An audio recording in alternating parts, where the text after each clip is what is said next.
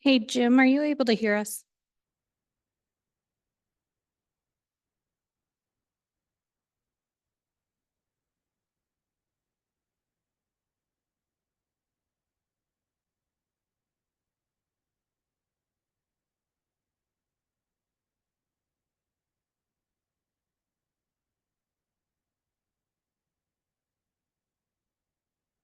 Could any of the online attendants please raise your hand if you're able to hear me speaking? Thank you, Jay. I appreciate it.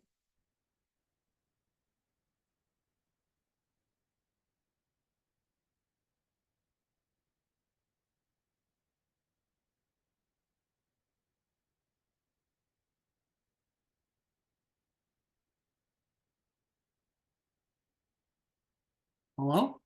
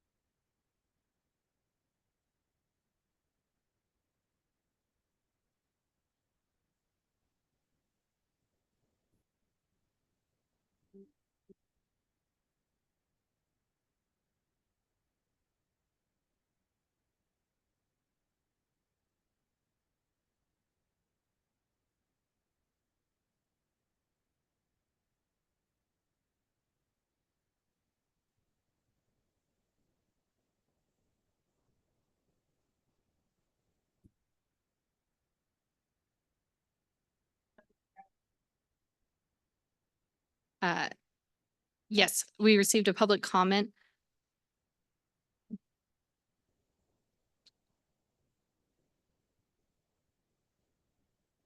And that was distributed today at the meeting as it was received yesterday afternoon, and it is a standard process to distribute it at the meeting if it's received after Friday.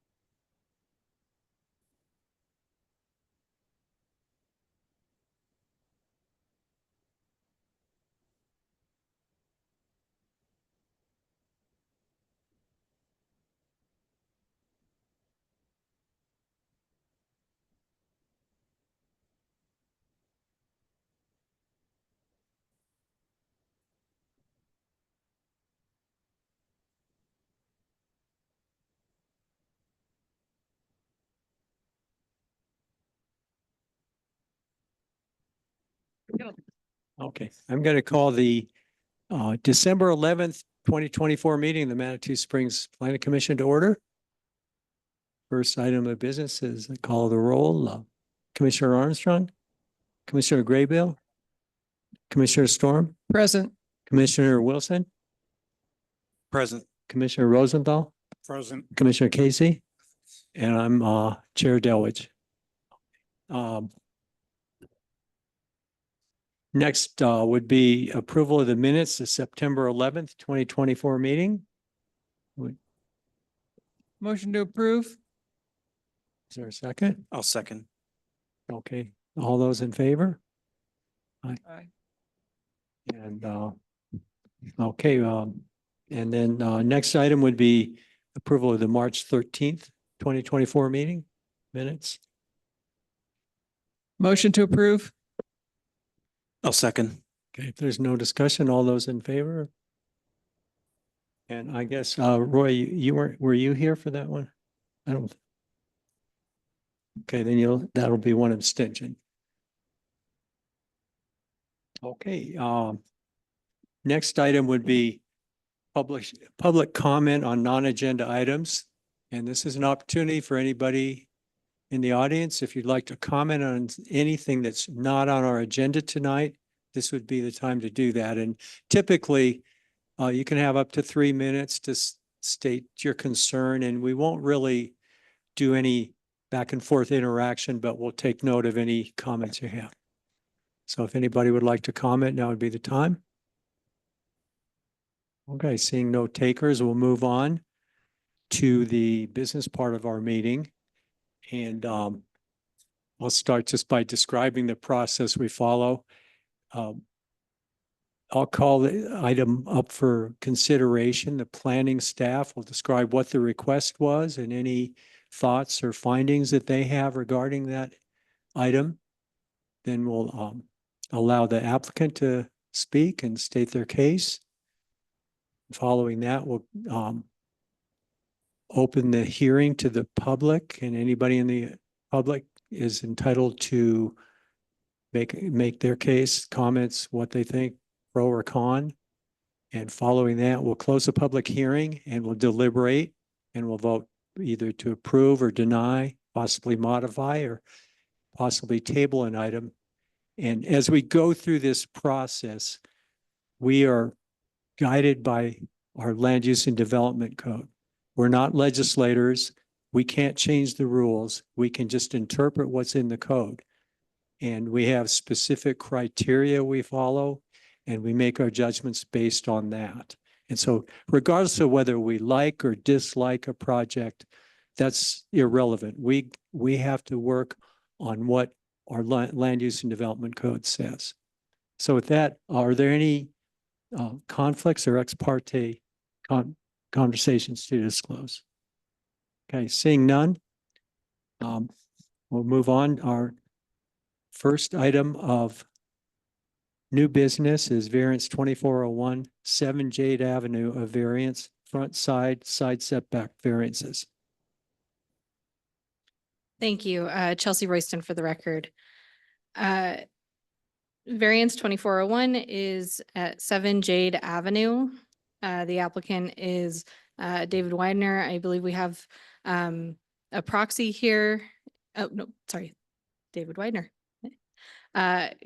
And let me go through the presentation. The applicant is requesting a front yard variance of 0 inches where 20 feet are required. The applicant is also requesting a variance on the north and east property lines, which are classified as side yard setbacks at 7 Jade Avenue, as it's classified as a corner lot.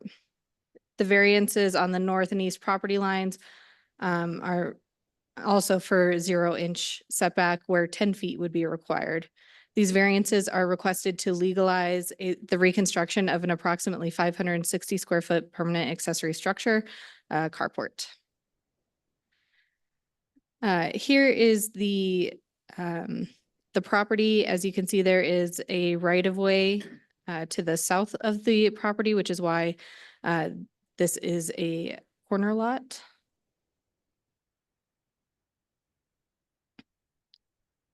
The here we have our site plan. And in red, the red property boundaries are notated. Those are 20-foot required setbacks. And the applicant is requesting 0 foot, 0 inch. And the side yard setbacks are notated in blue. Those would require 10-foot setbacks, and 0 foot, 0 inch is being requested.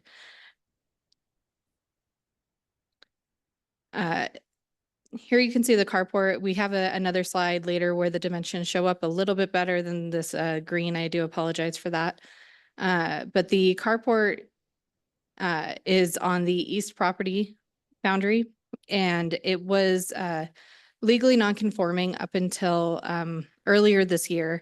However, in the spring of 2024, the owners performed unpermitted work, which included the demolition of the existing carport, the carport reconstruction, and the reconstruction of a rooftop deck.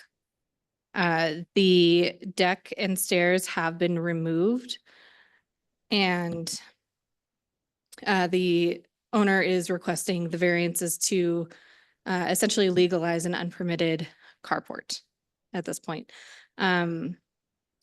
We do have provisions in the code that allow for maintenance of legally non-conforming structures. However, when it is entirely removed for reasons other than natural hazards, natural damage, things like that, it is required that any legally non-conforming structure be brought into compliance with current code. So the act of willingly removing that carport is what lost the grandfathered status or legal non-conforming status. So here, sorry, back to our slides. We do have some elevations where you can see the carport kind of adjacent to the structure here again.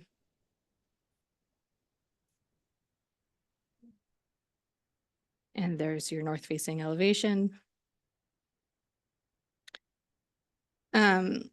We also have provisions in the code that restrict any expansion of a non-conforming structure. In this case, the carport was actually built back taller. It is slightly taller, I think a matter of inches. And so technically that did expand the legal nonconformity of this structure. And so even if we were able to view this as maintenance, it did increase the nonconformity. We do have video or photo documentation of the carport from before and after, thanks to an unrelated application. So on the left here, you can see the previous carport and where that met the house below the eave, and then the reconstructed carport where it meets at the eave. Please note that this rooftop deck has been removed and is not being sought. Permission for that is not being sought at this hearing.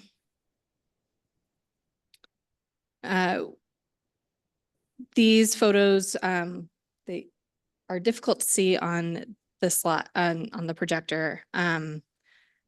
But you can tell that the structure of the carport itself has been altered, including the truss system, the interior supports.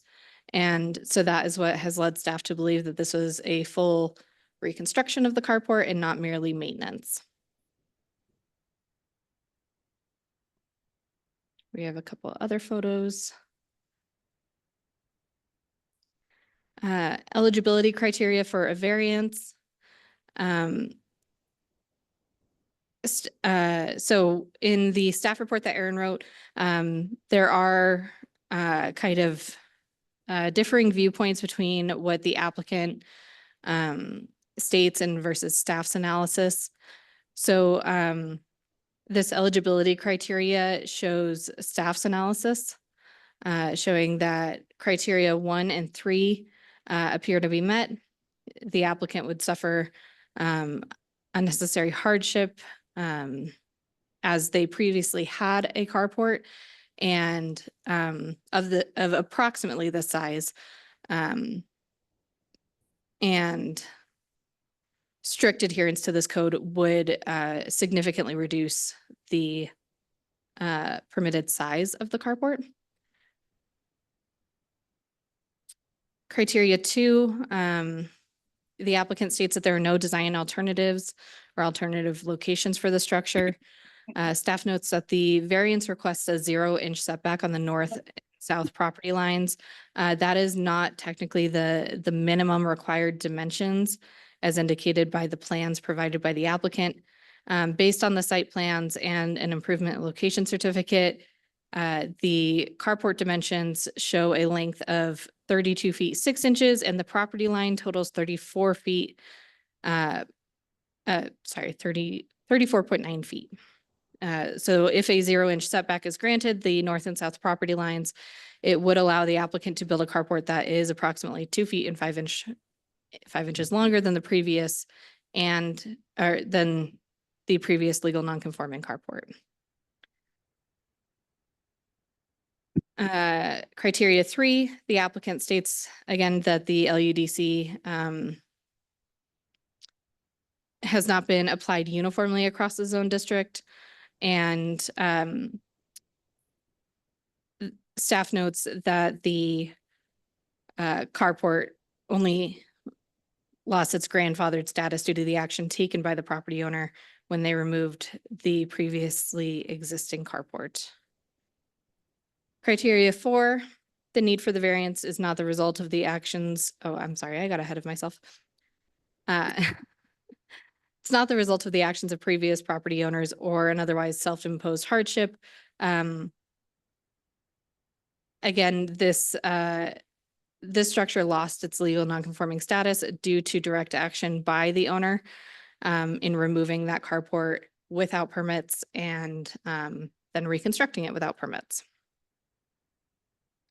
Criterias 5 and 6 are not applicable to this project. There is no disability affecting the owners or tenants, and the property is not in a historic subdistrict.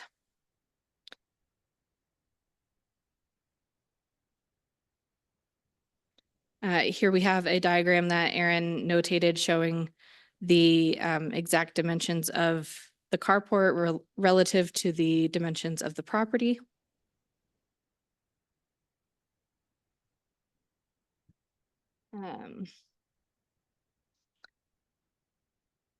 Sorry, here are those carport dimensions that are a little bit easier to read. So it's this 32-foot 6-inch length that is specific to the carport.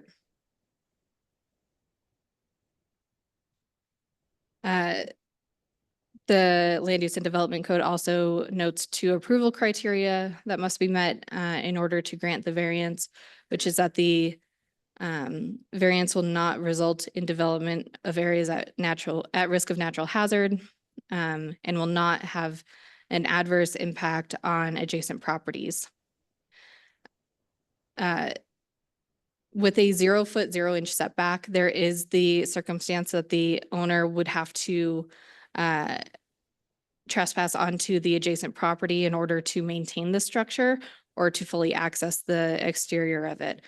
There has not been any easement that is submitted, and in order to prevent in order to ensure that the carport has been constructed wholly within the owner's property, as 0-inch is sort of outside of the bounds of what can reasonably be determined by planning and zoning staff. Staff does recommend a survey be included as a condition of the approval of this variance if the Planning Commission so chooses. Planning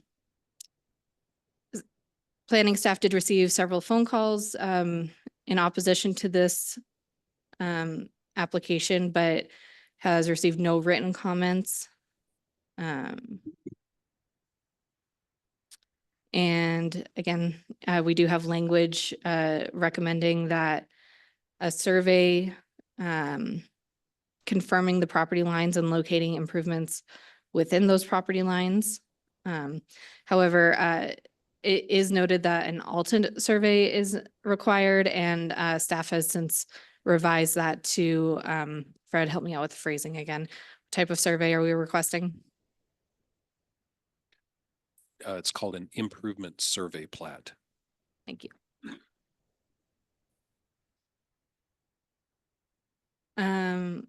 Yes, so that is staff's presentation, and here we have motion language, and this concludes my presentation. Any questions for staff? Carrie? Can you give us an impression of the phone calls? What the feedback was from the neighbors, please? Erin received those phone calls. She's not able to be here tonight. They are in opposition, and she believes that the folks that called in were intending to be here in person tonight. David? Why was the ILC inadequate, requiring a full survey? So my understanding is that ILCs have sort of a loose approximation of where improvements are relative to property lines, but they don't actually nail down where those property lines are in the real world. So a survey is actually a more technical and accurate method of determining those locations. I thought a licensed surveyor has to sign those improvement location certificates. They do, but they don't have to locate the points before measuring from them. So it's kind of that first step of figuring out where you are in the world versus where you are on the map is my understanding of where that difference is between an ILC and a survey. When I'm explaining it, typically I refer to an ILC as kind of a survey light.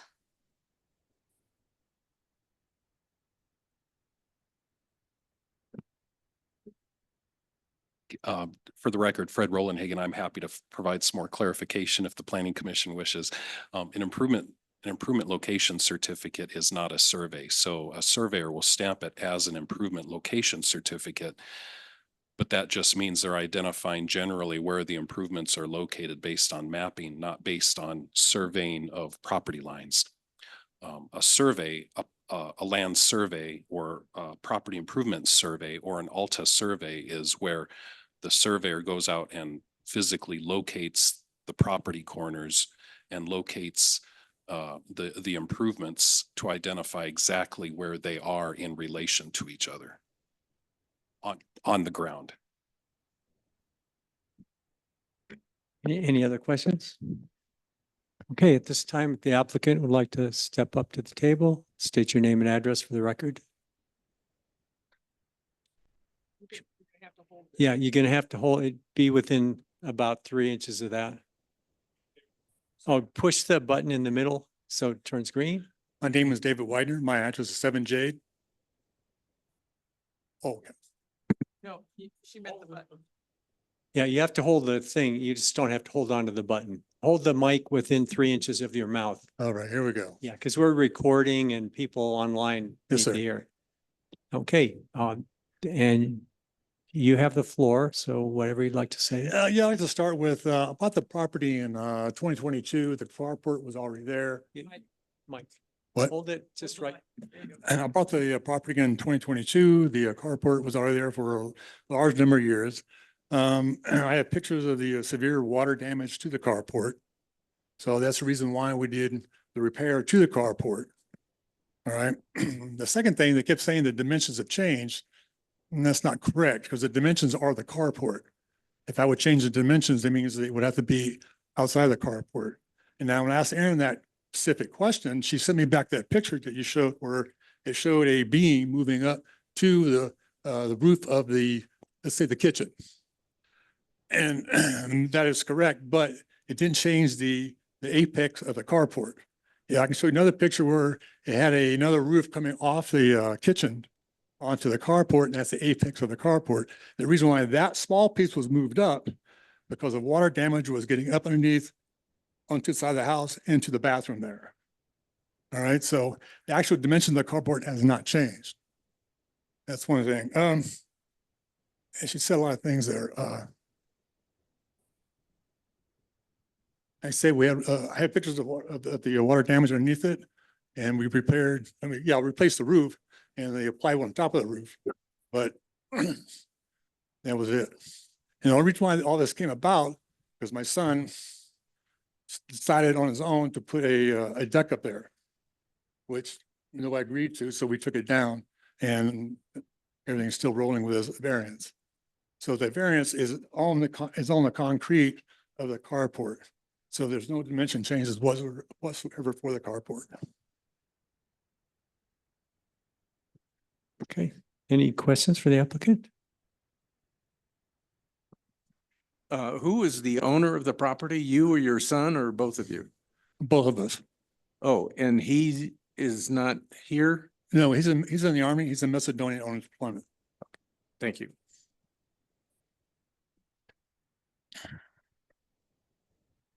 Any other questions? I'm curious, you know, it sounds like all this work was done without a permit. There was stop work and you continued working. What was your thinking on that? So what did we stop work on? The staff report talks about. Now, the carport was completed, yes.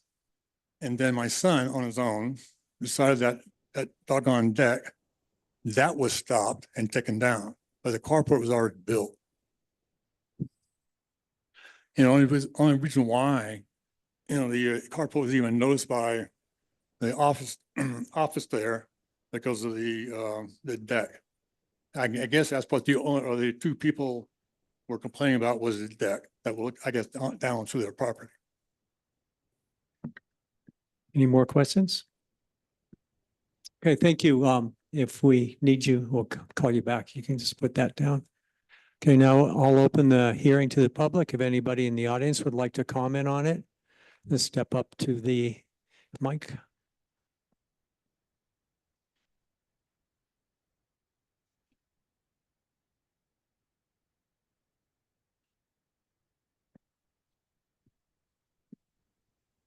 Hi, my name is Doug Fisher. I live at 8 Jade Avenue, right across from Gentleman, and the carport was never torn down completely. It had been, work was done on it, so that's an incorrect statement of it being torn down. He had improved it. The only reason why that anybody started looking at this is because there was a deck put on top of the carport, and that's what caused the attention to it. The carport was never torn down. I've lived there at that location 35 years. So that carport has been there the whole time that I've lived there. So basically all he has done is improved the roof. He's improved everything on the house, whatever. So I think there's just some people in the neighborhood that for whatever reason that the decking has made them mad. And so they're mad at him. So I don't feel that the carport should be not grandfathered in and just stay the way that it was. He did not tear it down and replace it. They were doing sheeting on the top where they replaced that, but they didn't increase it or do anything else like that. So I think this is a real travesty of injustice on them. Also to make a mention of Erin, the person that does code enforcement. I don't know how well that she is, her education in these matters, since she doesn't even know actually where her boundaries are. She goes to the county, because the county is right behind us, and gives people tickets when it's not even in the city of Manitou. So I don't know how much I would put faith in her. Any questions, David? So you live immediately south and your two houses face each other. More or less, yes. In fact, your house, if I recall from yesterday, faces the carport. Yes. In question. Yeah. Right. And so I understand you don't have any problem No. with the carport. It's been there for the whole time that I have lived there. I mean, and it's been there longer than that, because actually the house I live in, my grandparents used to own it. My mom went to high school here, and so she's been there, and she says she remembers the carport has been there ever since when she was in high school going there. So to change the carport, just say, oh, that is different now, is wrong. It's just, they put a deck on top of it, but that still didn't change the carport being a carport. So they've tore the deck off the top of it, so that should suffice, and there's no So- reason. Approximately how many years is that with your? My mom started, was lived there in 62. Thank you. Any other questions? Okay, thank you. Would anybody else in the audience like to comment on this? Okay, then we'll close the public comment portion of this hearing. So I'm a little concerned that this item might need a little more investigation. If indeed it's not a, it's not a carport that was destroyed, there's the legacy of the grandfathered use, and having a variance applied to this doesn't make sense. It doesn't need a variance in that case. So what I would suggest is that we table this, and there seemed to be conflicting evidence, and I think we could maybe do some more investigation and bring it back. What is it? Because, I don't like to, if there's no need for a variance, we shouldn't be applying one. Are you proposing a vote? I was throwing out an idea, and I'd like some feedback on it, what other people think. I'm not sure what you're saying. So if there's no need for a variance,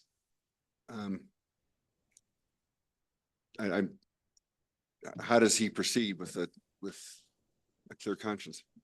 Okay, what I'm suggesting is we table it, because if indeed it wasn't removed, it was grandfathered in which case it wouldn't need a variance. I mean, if they were just doing maintenance of a pre-existing non-conforming structure, it doesn't need a variance, right? So the research you're requesting is to determine if it's been rebuilt versus repaired? Exactly, because there's conflicting testimony. Right. And I think I would think I would like to have Chelsea? I apologize for interrupting. Because any work was completed without permits, I'm not sure that any additional research will result in anything more than conflicting testimony. I don't know how staff can prove, apart from photographic evidence, that the structure of the carport is different, that it was rebuilt rather than repaired, I guess. Well, in theory, from what we're hearing from the city staff is that it was torn down completely and rebuilt, and that would have been a project in the last 6 months. And that being the case, unless it was made with used wood lumber, which I kind of doubt, then, I mean, you could look at the lumber and know that you had parts of that structure. And if the gentleman here is saying it wasn't entirely torn down, he could point to parts of the structure that you could probably eyeball pretty easily and say, okay, yeah, that looks like it's a weathered, part that has been there for 20 years, 10 years. I mean, Colorado weathers wood pretty quickly, and that seems to be a wood structure. That's one suggestion. I'm assuming that because it was constructed without a permit, that any relevant penalties and or fees were paid. No, I don't believe any property improvement permits were paid for this project. Right, for the variance, but not for there was no building permit that was paid for. I thought if you do construction without a permit, you have to, well, That's through Pikes Peak Regional Building Department and we don't enforce their rule. That would be on them to enforce. But according to the staff report, that will be required. He'll have to get an approved permit to make sure it's structurally sound.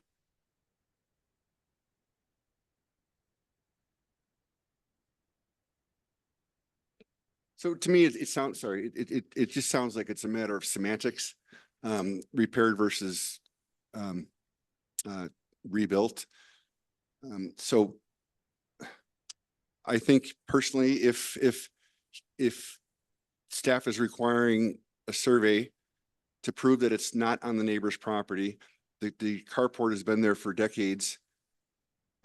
He's going to have to get a permit to make sure it's safe. I don't see the issue. Personally.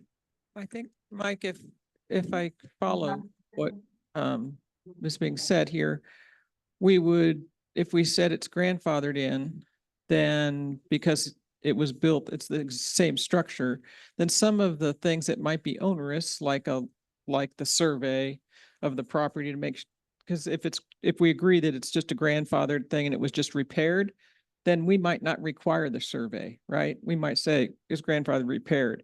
But if we're saying it was rebuilt, we may require the survey. So those nuances, it might be less expensive to, confirm that it was a grandfathered repaired property rather than we're trying to do the variance because of the subsequent things that happen based on how we're defining it. Do you know what I'm saying? Yes. So correct me if I'm wrong, but the staff is recommending an Alta survey, but requiring a building permit. Okay, Fred. And a minor site plan. Okay. And Let's that let- would require a survey? Let me try to clarify.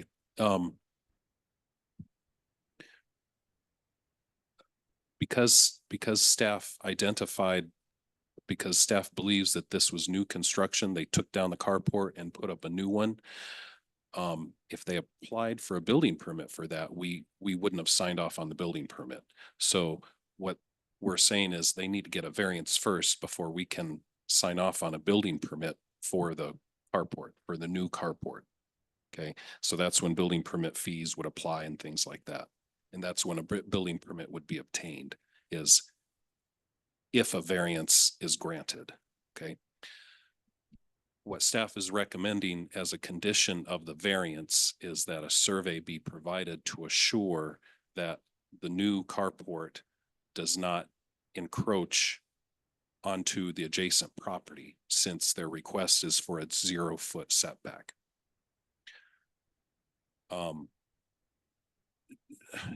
If, and this is some, I may need some legal counsel help, but if I don't know if the planning commission can choose or decide that a variance is not required because of new information. But if that's the case, then a different direction would have to be taken. I don't know if the planning commission can decide that a variance is not required because this is not new construction, rather it's just a repair. Therefore, a variance is not required and they can just get a building permit. So I would point you to the application that, for the record, Elizabeth Laboon, CPC Legal Counsel. I would point the commission to the application that's in front of you and what has been applied for and the decision that you're being asked to make. It is not whether or not a variance is required or whether the property is grandfathered in. The question is whether you're going to grant or deny the variance and if you are going to impose any conditions. So if you deny the variance, there would need to be some additional work as to what the next steps are for the property owner, for staff. But if you deny the variance, you're denying it. That does not mean that all of a sudden there's a ripple effect and it's grandfathered in again. That's not the question in front of you tonight. Question. What about what our fearless leader suggested, which is, to table it and do further investigation? Is that permitted?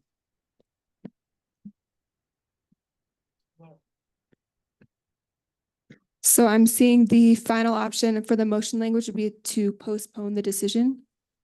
So that would be for your January 8th meeting. And you can give direction to staff that way by postponing the decision.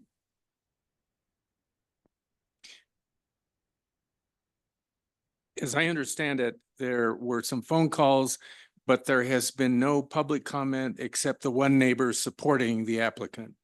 Is that correct? Yeah, Chelsea, correct me, but that's correct for the public comments that we've received. So are we, as the planning commission, can we even consider non-written comments? Yes, it's been our practice to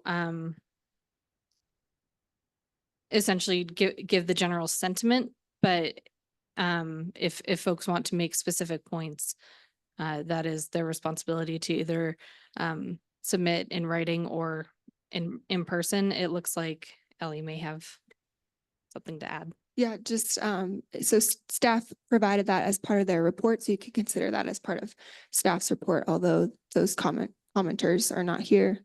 Staff did seek to provide that information to you as part of their report.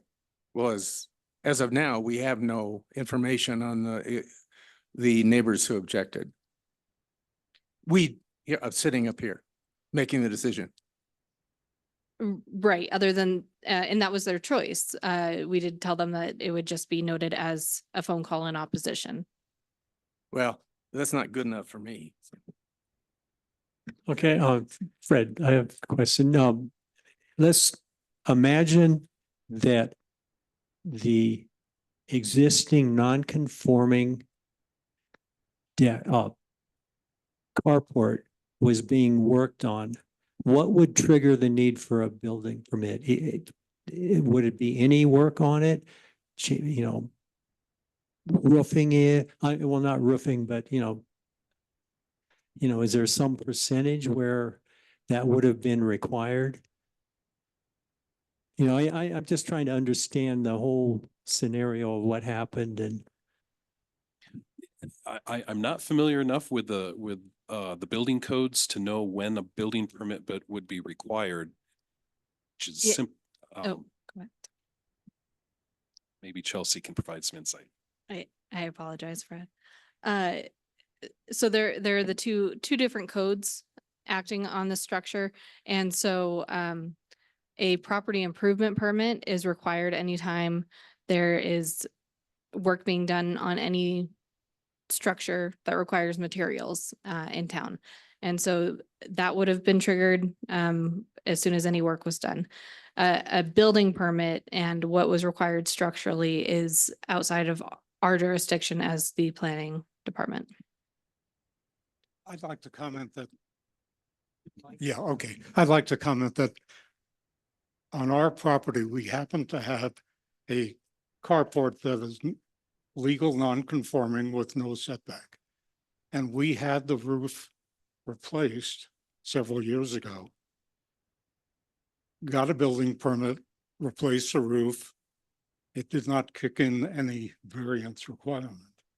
So if the posts holding up that carport are original, I don't see why there should have been one.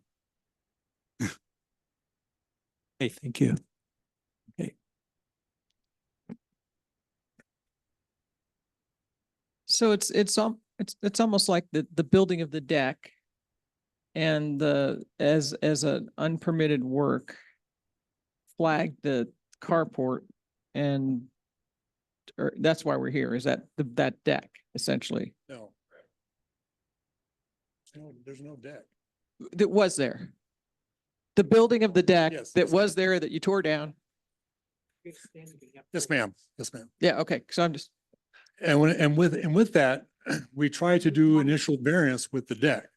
So if you say, somebody said, whether or not the carport is structured enough, we had a structural engineer come up and do their designs and so forth, and that was included in a packet, I think we submitted initially with the deck, and it became too much for my head. I said, just get rid of the damn thing and let's just live with a carport, because I didn't want the deck to begin with. It was a surprise from my wife. Anyway, so yes, this whole thing was triggered because of the deck. But if you agreed to the variance, but didn't have to, do where I need a building permit, okay, roger that, I'll get the building permit. And the structural plans, I have those still, and I can submit those as to show that it is structurally sound. Yeah. Another two is also a hardship, because remember, I was scheduled for October for this, and it got postponed till this month. And I fly in from Sacramento to do this. So now we're gonna postpone it again till January. So it's seems a little too much for a carport. That's been there forever. Okay. David? Well, I share Chairman Delwich's confusion about this, which seems a bit odd to me. There's been plenty of time to clarify it. It seems to me that it's clear that, and I visited the site, so I've had a chance to view it myself, that it's not a substantiated problem according to the neighborhood. Planning department has figured out a way to address the lack of a building permit. It makes me wonder why we don't just go ahead and, or at least consider approving the variance and then the lack of a building permit, and even survey lines can, property lines can be verified. And I think it would, if this has been going on since October and the owners are either deployed in Macedonia or living in California, it is clearly a hardship. I will point out, we can zoom in. If there's some other meeting that you need to attend, we can always do a meeting remote.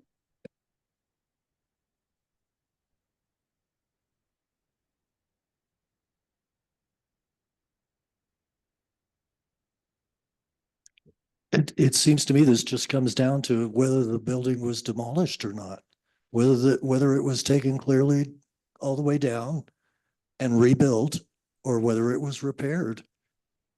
And this variance doesn't address that in any way. And sorry, and according to staff, that information will not be found. So on that note, I'd like to make a motion to approve the variance 2401, variance put front setback at 7 Jade Avenue based on the findings that the requests meet the review criteria for granting a variance set forth in City Code Section 18.06.3.10 with staff's condition as outlined, specifically the Alta survey. I'll second that. Any more discussion? Okay, then let's vote. All those in favor?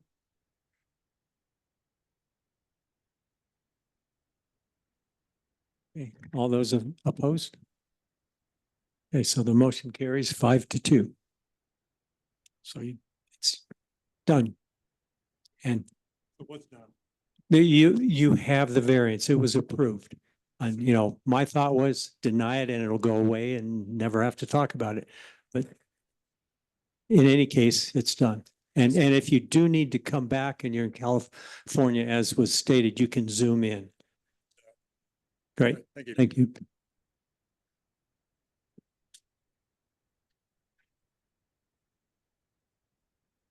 Okay, well, moving on to the easier one, let's do, I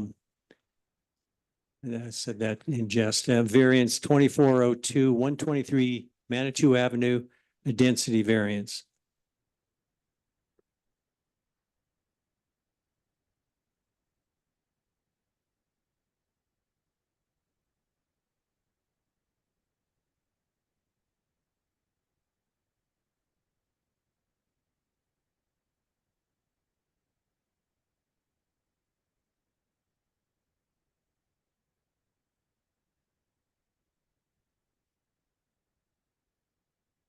Okay.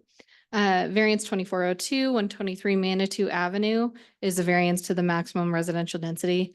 The owners are Paragon Realty.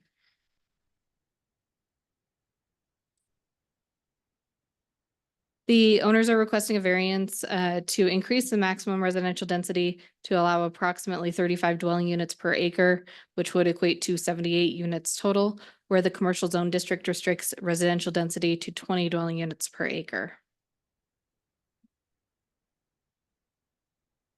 The 123 Manitou Avenue was the previous site of the La Fun Motel, which was demolished in 2023. It is currently a vacant site. It is zoned commercial and unsubdivided.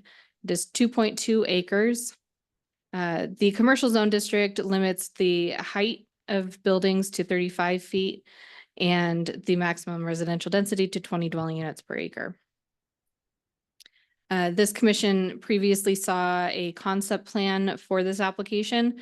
And as a quick refresher, here is the concept site plan that shows two identical 39-unit apartment buildings. They are 3-story buildings which comply with the maximum building height.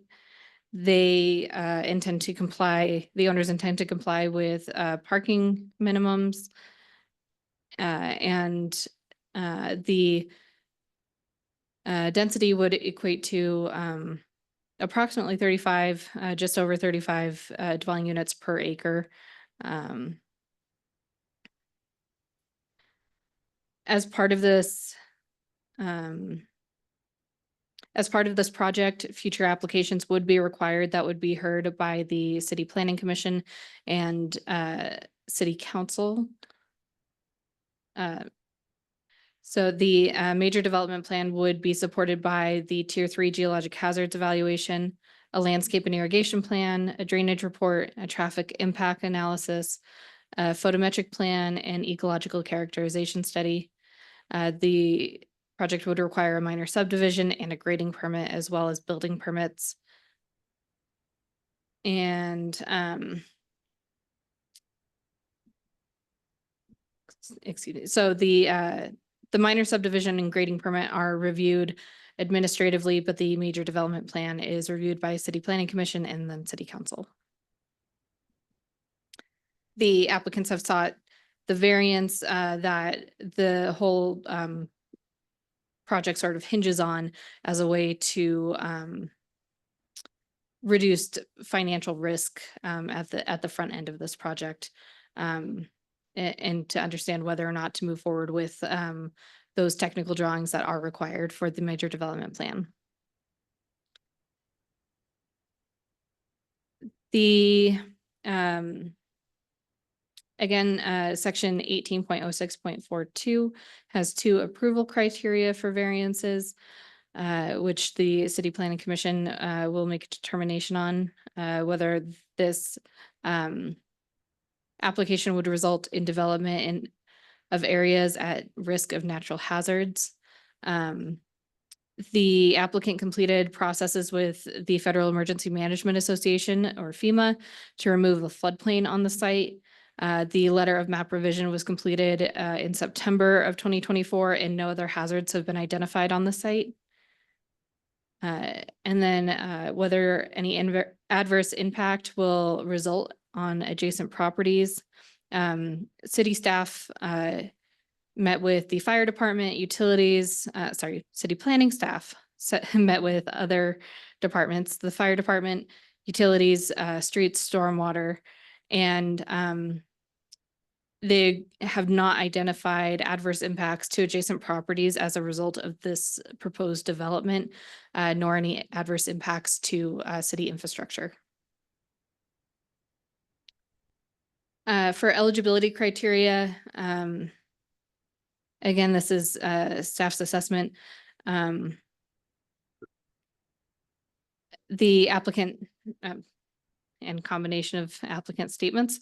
The applicant states that they would suffer undue hardships as they allege comparisons with nearby hotels. The staff report kind of goes into it a little bit, but residential units and hotel units, in some ways are similar and in some ways are not.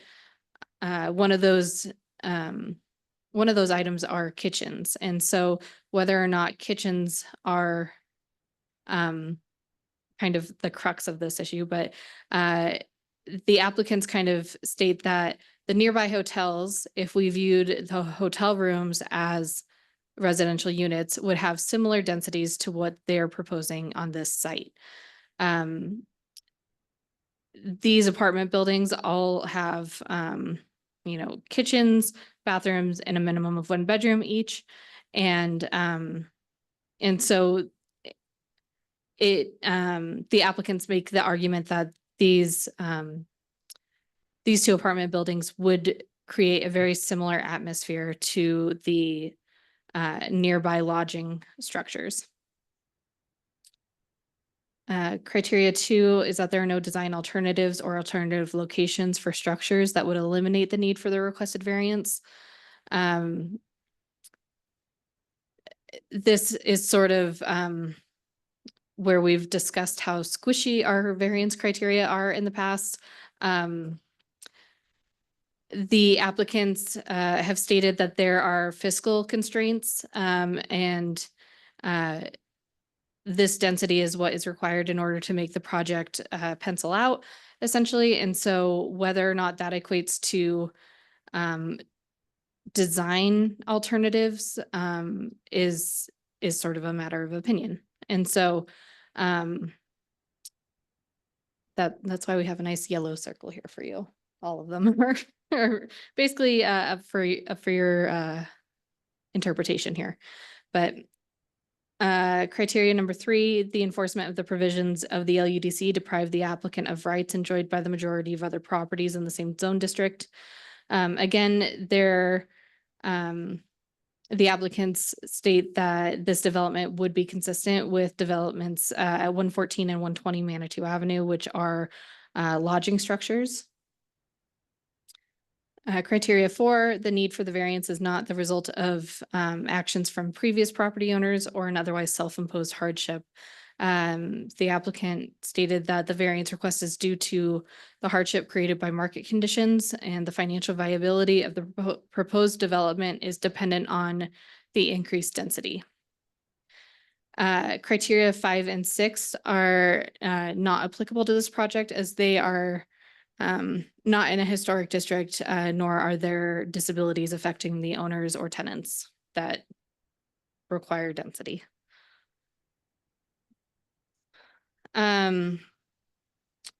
Staff received 1 written comment, which was distributed at the beginning of this meeting. Again, as is standard practice, it was received after the publication of the packet. And so we hold on to those materials until the meeting.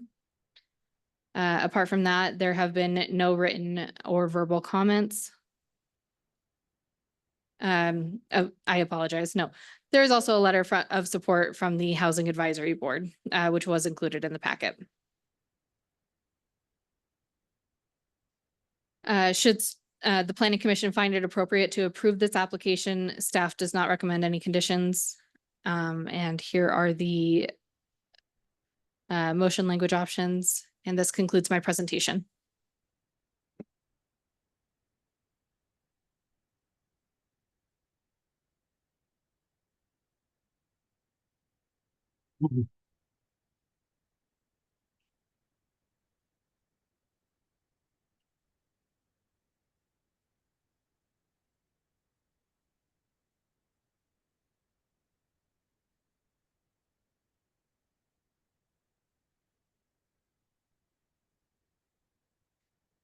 Any questions for staff? Mike? Is it safe to assume that nothing has changed from when we saw it in September? As far as plans? That is correct. Okay, would the applicant like to step up and state your name and address for the record?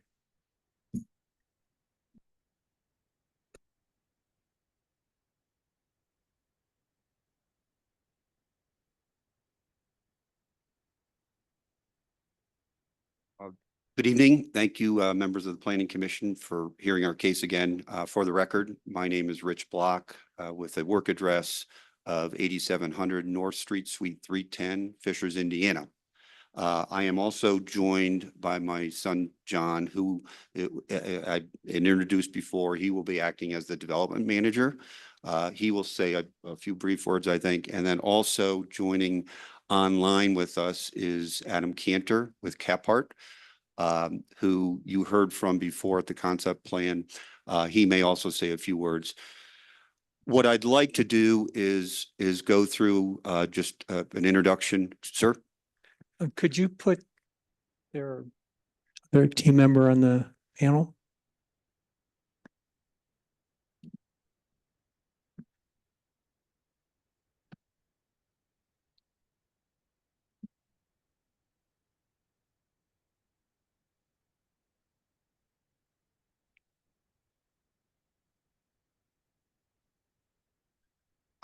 It's okay to continue that? Okay. Just being sensitive to your time, I'd like to just allow some of the comments from each of us to be maybe a quick summary of what you saw at the concept plan. Obviously, this is the formal variance hearing, but I think we learned of a question or a number of questions that were raised that we got the same memo that you got tonight this morning. So I'd like to speak to that, but I do want to speak to some of the other things that have occurred since the last meeting where we came before you. As I think Chelsea did a good job talking. I mean, this is not a technical review. We'll have to submit the plans, and we know there's still a lot of work ahead to get there. But this is essentially the formal variance for that same concept plan that you saw before. We were encouraged, and we did have a hearing at the housing board. And at that housing board, and you got a summary letter from them. Generally, I think supporting what we presented, and I think that the takeaways that we heard from them were really just encouraging us to keep affordability as a kind of a priority here in the project, and trying to introduce sustainable ideas to the project to make sure that longer term the apartments are efficient, and we've committed to that with them. But the other, Alan, I think you had asked at the concept plan hearing about the FEMA and the floodplain. It was literally the following week. I think we mentioned that we thought it was forthcoming, but we did get that approval of a letter of map revision from FEMA. And in fact, we believe that helps. I think we counted nearly 5 properties that were also affected by that. So we paid for that update. That was, you may recall, the problem was that when 24 was constructed, there was a stream, I guess, that was rerouted. And it oftentimes is the case when there are, public improvements like that floodplain maps aren't updated. But that has been done. Of course, that's a necessary step for any sort of development to occur. But again, I think that will benefit surrounding properties as well. So I think that's pretty significant. I do want to address maybe one comment and that was made from Darlene Kennedy. She's the lady who wrote the letter, and if you may have additional questions that we'd be prepared to answer at the end, and I'll try and make sure that we note them and try and address them as completely as possible. But one of the questions or comments that was made was that during our due diligence or prior to us purchasing the property, we should have known about the zoning that was in place. In fact, we purchased the property in August. The zoning that was being worked through with the city was one that I think started to gather. I think it was a longer term project by the city, but nothing was in place.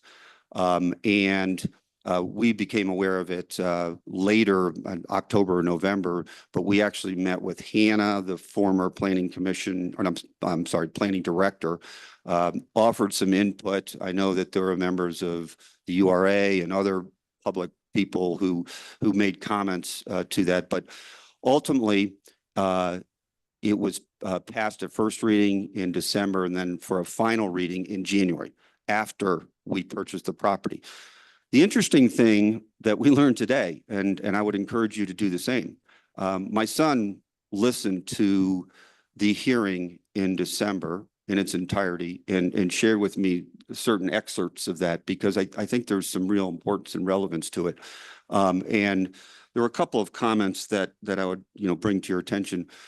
One was that, the decision about what sort of density Manitou wanted to see within, the area. There were questions raised about other communities, other areas. And in fact, there were notes, I guess there were some type of studies that were done that reflected densities that went from 20 units to as high as 90 units. But there were even a number of projects that were referenced that had 70 units. And of course, it's important, as Chelsea mentioned, that in order to achieve some level of efficiency and deliver these units with attainable rents, that is why we're asking for the variance. But the interesting thing that was noted, in addition to comments about that, it seemed like it was still a work in progress. And there were comments made during that city council meeting that indicated this is something that we may have to revisit. There was a mention of we may revisit this in 6 to 12 months, as though this is something that was initially put in place, but with an understanding. This is certainly my take. You can form your own opinion, but it's of note that there would be. I know there was something specifically stated that they wanted to start with a low density because the comment made was, and I apologize, I don't have the names of the individuals, but there was a comment made that if there was a higher density put in place, it would be harder for the city to back off that. But I took just some note of that because it seemed like there was an understanding by council that there could be items like this that would come before you and before them. So, I was disappointed to get a letter and kind of pointedly saying that we didn't do our homework. We offered input. This was not in place before we purchased the property. And I just wanted to make note of that. There are some other things I'd like to address, but I will real quickly allow Adam to give an overview of design and maybe just highlight a few things, and then my son John to comment as well. And then we'll let you ask questions and then be available for further questions and answers. Thanks, Rich. Again, for the record, my name is Adam Cantor. I'm at 2555 Walnut Street in Denver, Colorado, 80205.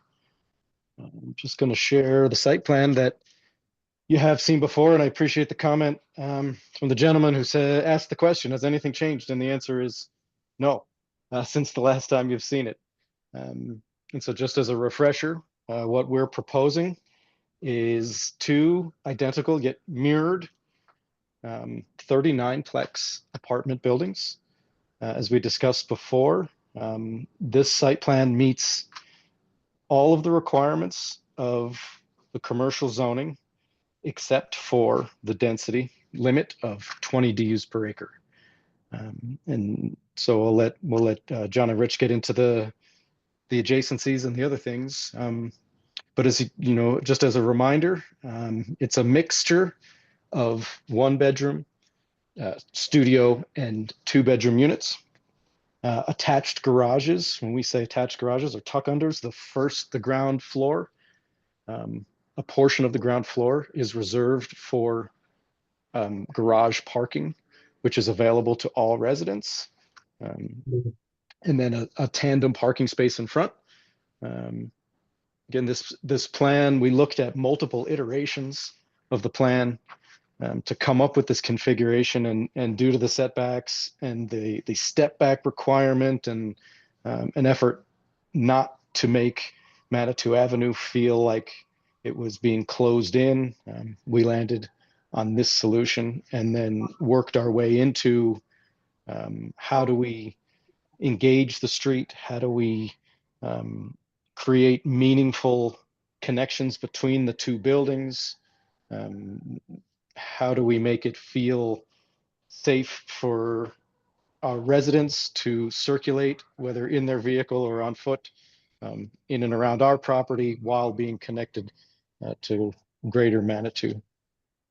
So that's the site plan. Again, hasn't changed. Trying to recall where we left off. Well, after, we showed you, I think we told you the site story, and I can revisit some of those things if that's interesting, or you'd like to hear how we landed upon this solution.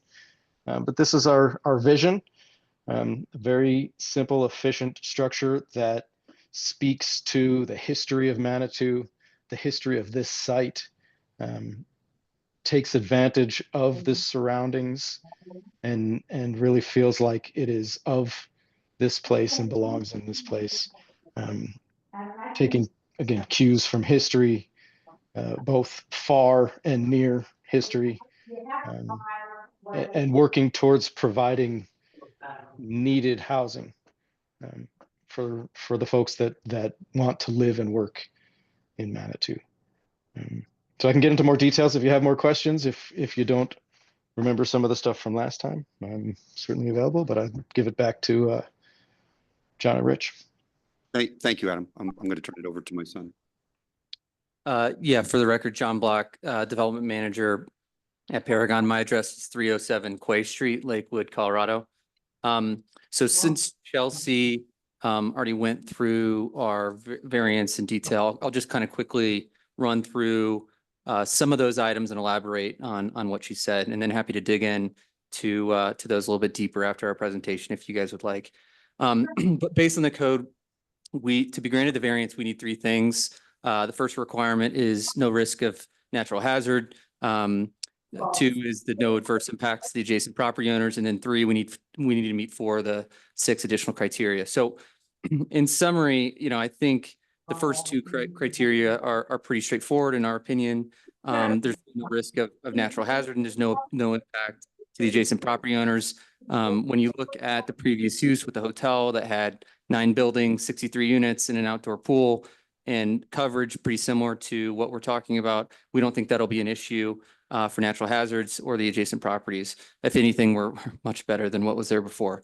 On the additional criteria, which again, there are 6 and we need to meet 4 of them, we believe that we do meet 4 of those requirements. And I guess just 2 items to elaborate on what Chelsea said. The first is context. And that's super important here when you're looking at this development. The question is really what does the surrounding area look like? And ultimately, are we consistent with that? And as Chelsea mentioned, if you look at the surrounding uses, including the 2 uses directly across the street, the Holiday Inn Express and the Days Inn, those hotels have similar, or in the case of the Holiday Inn Express, significantly higher densities than what we're proposing. For context, just to put it in numbers, we're proposing about 35 units an acre, where the Holiday Inn Express is 66 units an acre. So almost double what we're proposing. And the Days Inn is about the same as us. The second theme that I wanted to elaborate on is project viability. And it's really a feasibility problem.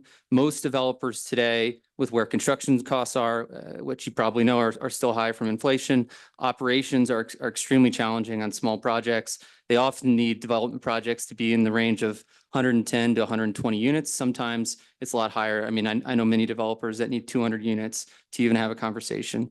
And so we started our development process and had conversations with the city. We had a plan for 110 units, talked to city staff and other folks in the city, and we reduced that down to 78 units, which is what we're showing you today in 2 39-unit buildings.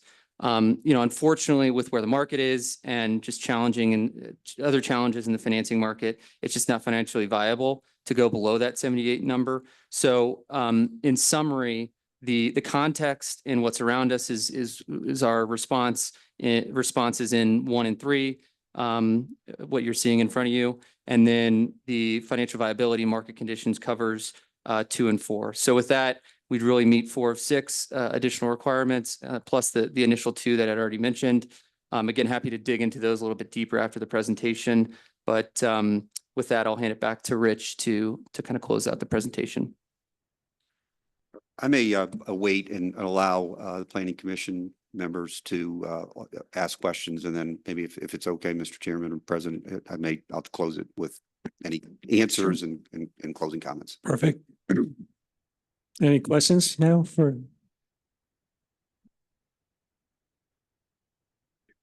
For Mike? Do we know what the LaFawn, how many dwelling units were there prior to the demolition? We happen to know that offhand? So it wasn't dwelling units, but I believe you just mentioned. It numbers. was, yeah, 63. Oh, sorry, I must have missed that. Okay. Yep.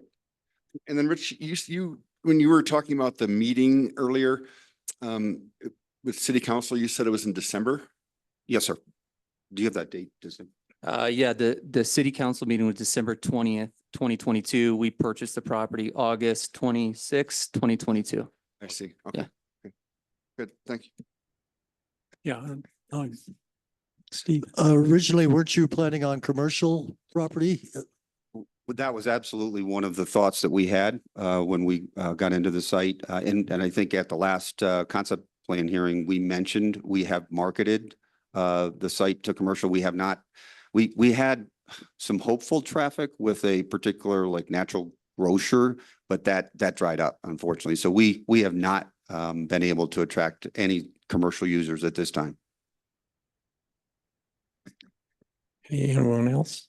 No, I just, I will point out that when we did adopt the new land use and development code, we actually increased the density for this zone. And one of the things that we're going to move, that we were talking about that would have possibly made it even more would be if we had come up with inclusionary zoning ordinance. So we ended up ultimately deciding that wasn't feasible, but there was a density increase, and pretty much most of the other features of the existing land use and development code from 2022 were left intact in this district, other than we did a pushback of I think the first 50 feet, we didn't want to have the sheer elevation right at the street. I have another question though. You talk about, I think, attainable housing, and I think maybe somewhere he saw or thought workforce housing, but indeed it's going to be market rate housing. It is market rate. I think what we're trying to do is bring those rents down to an attainable level, but you're right. Yes, sir.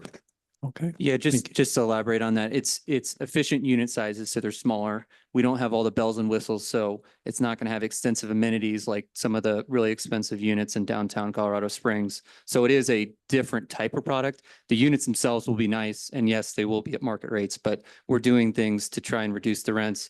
The Housing Advisory Board also gave us a couple ideas on how to reduce utility bills for tenants by doing solar and trying to get creative in other ways to reduce the monthly expenses for our residents.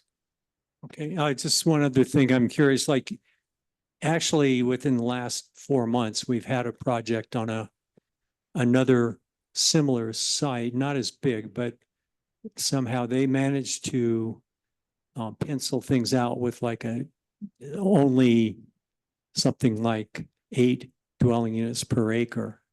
And that was for a multi-use project with duplexes. And in the past 2 years, we've had a couple others that somehow succeeded with a much less density. Now, they weren't apartment complexes, but they did seem to find reasonable use of their property. Alan. So. Not sure. Feedback, I guess. Maybe it was me. Okay. Anyone else? How much has the city invested in this property so far? The city has not. However, there may be other entities. Sorry, I meant the, Urban Renewal Authority. thank you. Do you have that number? I do. It was $2.1 million for the helping to purchase, and then there was the demolition and asbestos abatement. And you invested how much? 1.1. Okay, thank you. Any other questions? Okay, do you have more you want to add now? Yeah, and I'll try and address, I don't know, Mr. President, about inclusionary zoning. I don't know that and really what that means. I do recall there being some level of discussion at council or in some later change that reduced the number of units per acre from 25 to 20. That I remember a part of the discussion, but I don't know what you're speaking to. But the other thing where you were commented about 8 units to acre, without knowing the site and probably cost basis and other things, it's hard to compare that to what we have. I just know that that is something that wouldn't work. Obviously, that's the purpose for our variance. But I do want to maybe just offer some additional closing comments. And clearly, we're aware this is a very sensitive subject for Manitou. Obviously, the vote at the concept plan was very close, and but yet our hope is that we're doing something that I think Manitou will be proud of long term. Our goal is, even though it's market rate, we're going to try and do everything we can to make these units affordable, that will provide housing alternatives for people who work in Manitou, for those who may be graduating from high school or beyond, maybe college, and seek and desire that Manitou is a place that they would love to settle in. And it just becomes another option that isn't currently available to a larger extent. So we know we have, this is the beginning, if you will. This is maybe step 2, but there is a ton of work ahead. Chelsea's outlined a number of the plans that have to be prepared. And yes, it's a huge investment. But our hope is that we're doing things that will benefit the community long term and really provide options for those who work, but also those who elect to want to live in Manitou longer term. So I thank you for giving us that opportunity. Thanks. Okay. After public comment, if you have anything to add, we'll bring you back. You want something under that? Wow. Should I get her coffee? Look at her mom.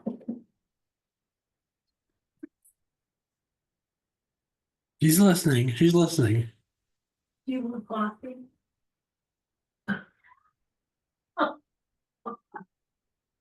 Wouldn't be dead.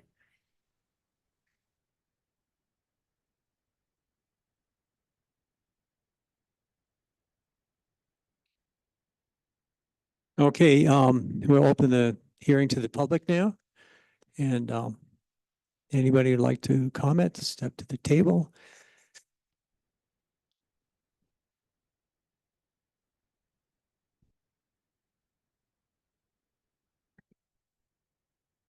My name is Mike Yan. I'm the owner of the Daisy Inn across the street.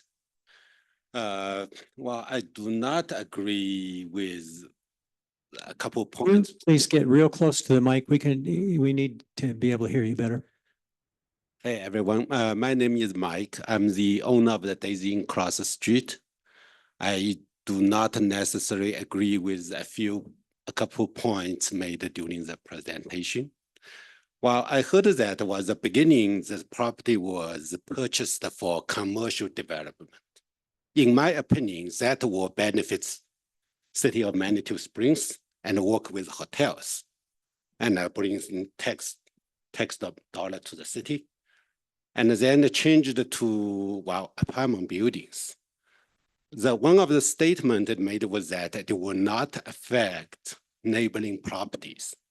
I do not agree with that. At the time when Rafang was there a lot of people kind of I'm sorry to say, they're low-income residents paid by the cities, by the government, Section 8, all those. They constantly come over to my property to have free breakfast. So now with more units added to this property from the 78 units, and we are talking about affordability, which means, in my opinion, we will bring in a group of residents. Our city do not necessarily will benefit the city. Because if you have a lot of low income residents come in, stay there, I don't know, in long run, while city of the Manitou Springs, we attract visitors all over the world. If people will not come into a bad neighborhood. And as a property owner, I had a lot of troubles in the past with the residents from La Font. They constantly comes in, and often the time they even park their vehicles in my property. So that is a bigger concern to me when they says, oh, it will not affect the neighboring properties. That's all I have. Thank you. Any questions for? Okay, thank you. Thanks. Anybody else like to address this?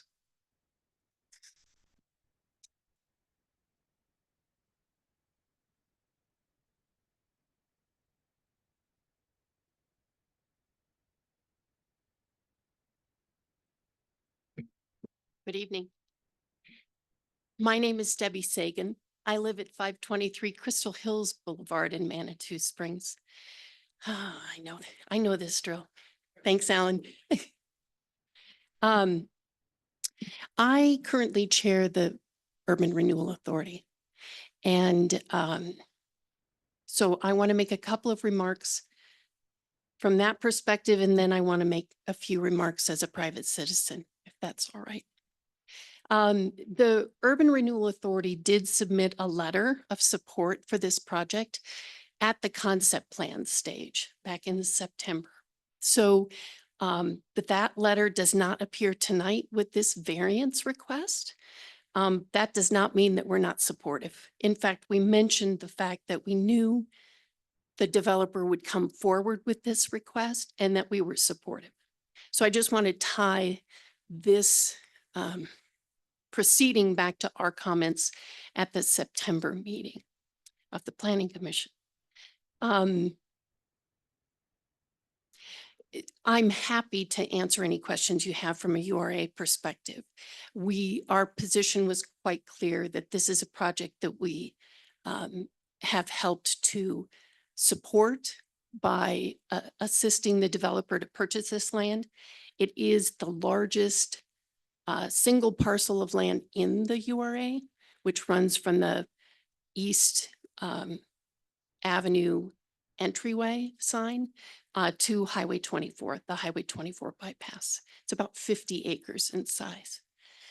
The URA has struggled to redevelop this area, and there are many reasons why. So what I'd like to do is give you my perspective as the chair of the URA board for the last 3 years. I'm not speaking on behalf of the whole board. I'm just telling you what my experience has been. I've interacted with 6 property owner, developer, interested parties over my 3 years on the board, interested in the La Fun property. Some were interested in retail, some in mixed use, some in affordable housing. This is the most viable proposal that we've seen so far. The commercial prospects, while they were strong before the pandemic, or as the pandemic was in its early stages, the supply chain issues, interest rates, just the cost of construction rose so quickly that it is really not viable to do much commercial development except in places with really high traffic. So, so the URA struggles with small lot sizes, many small property owners, low traffic counts. I know that anyone whose accesses Manitou Avenue regularly knows sometimes the traffic counts don't feel that low, but for a commercial developer, they're quite low. And as a result, we can't attract a major grocery chain or a big box store or a major restaurant, a national restaurant chain. It's not happening. And frankly, if you wanted it to happen, you'd have to raise your traffic count so high, you wouldn't think Manitou Springs was very livable anymore. So we're struggling as a URA with how to balance the appropriate development for what Manitou wants, what our visitors want to experience when they come here, and what works best in the context of our surroundings. That's where the idea of pursuing an affordable housing project came into play. Because frankly, while not a permitted use, the LaFawn acted as a short-term rental property for years. Ever since I've lived in Manitou, most of the tenants at the LaFawn were there for way more than a few days.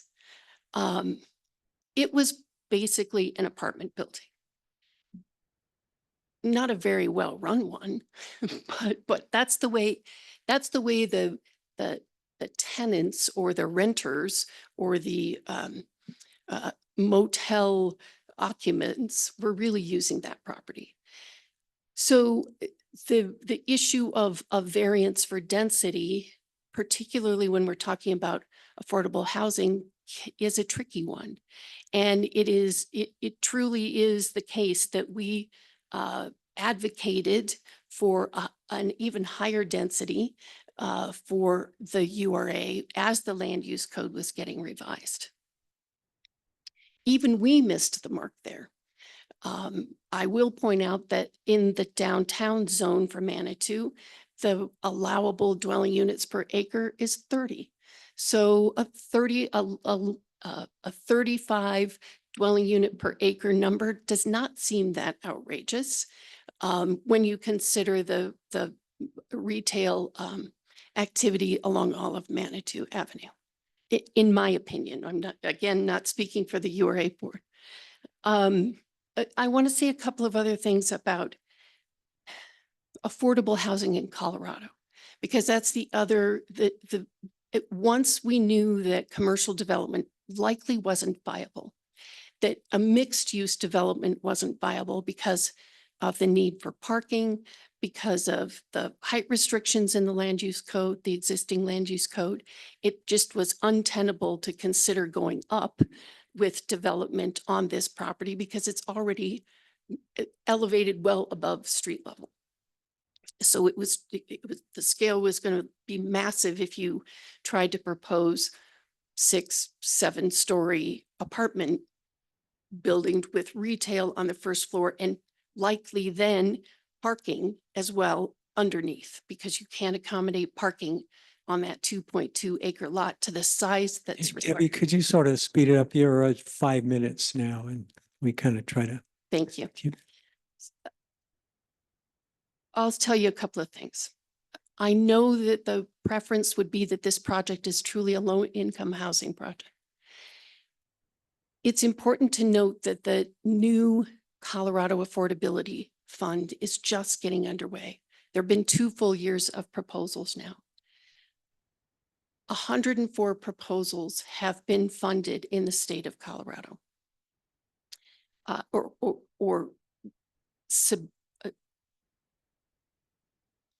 Let me restate that. 104 proposals have been submitted to the state of Colorado for that affordable housing fund. 25 have been funded. That's a 24% success rate. If we asked Paragon to wait another year to submit a proposal in with those kinds of odds, that 24% are getting funded out of all the proposals submitted, those odds aren't very good. And because our annual median income here in Manitou is so high, the market with the market rates that they're proposing for their project are right about at where the rates for affordable housing are sitting for many of the projects that did get funded with these affordable housing funds. So asking a developer or requiring a developer to walk that gauntlet with a less than 1 in 3 chance of success, that to me just doesn't pencil. When we could have an affordable housing project now that is viable with a first-rate developer at a much faster pace. I think it works. Happy to answer your questions. Any questions for Debbie? Okay, thank you.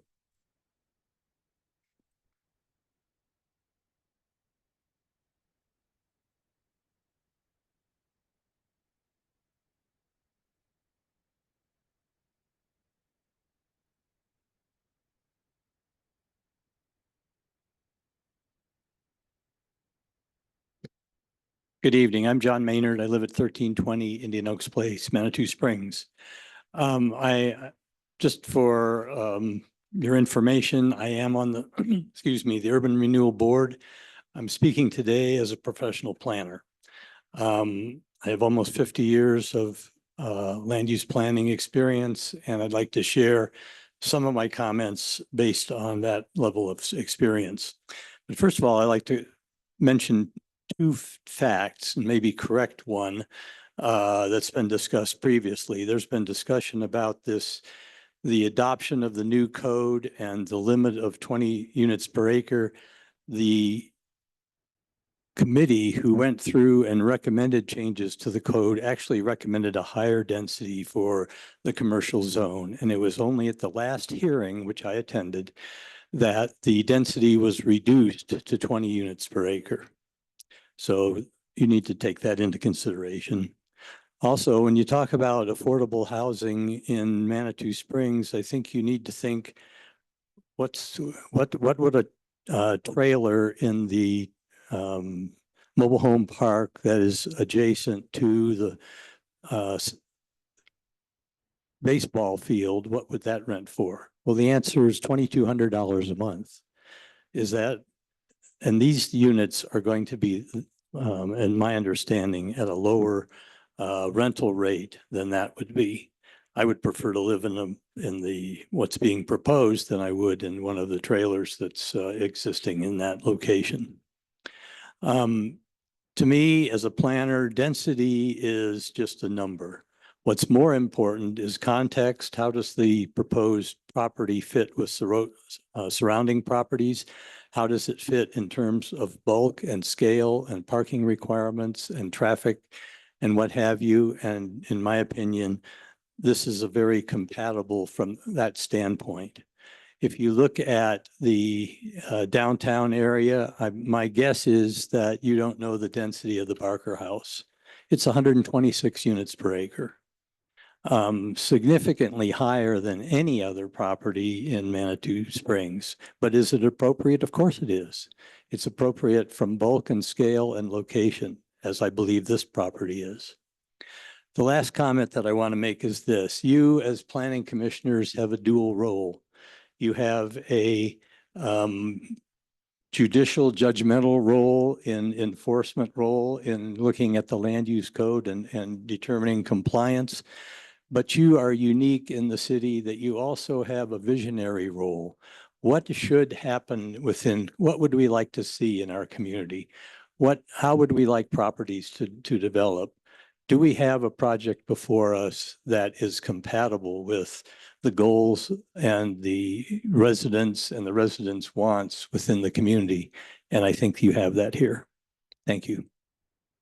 I have to challenge that a little bit. And as a quasi judicial board, we can't arbitrarily change the rules. It would be like a judge going in and saying, well, you know, you committed armed robbery, but I don't really think you were going to use the gun. So I'm not going to charge you for armed robbery. I'm just going to say you went in and shoplifted. We don't have we don't have the authority to change the rules. We have to honor what's in the code. Our visionary role is to recommend changes and through our experience, we give our feedback to the community. We give our feedback to our city council. They are the legislative body. They are the ones that can change the rules.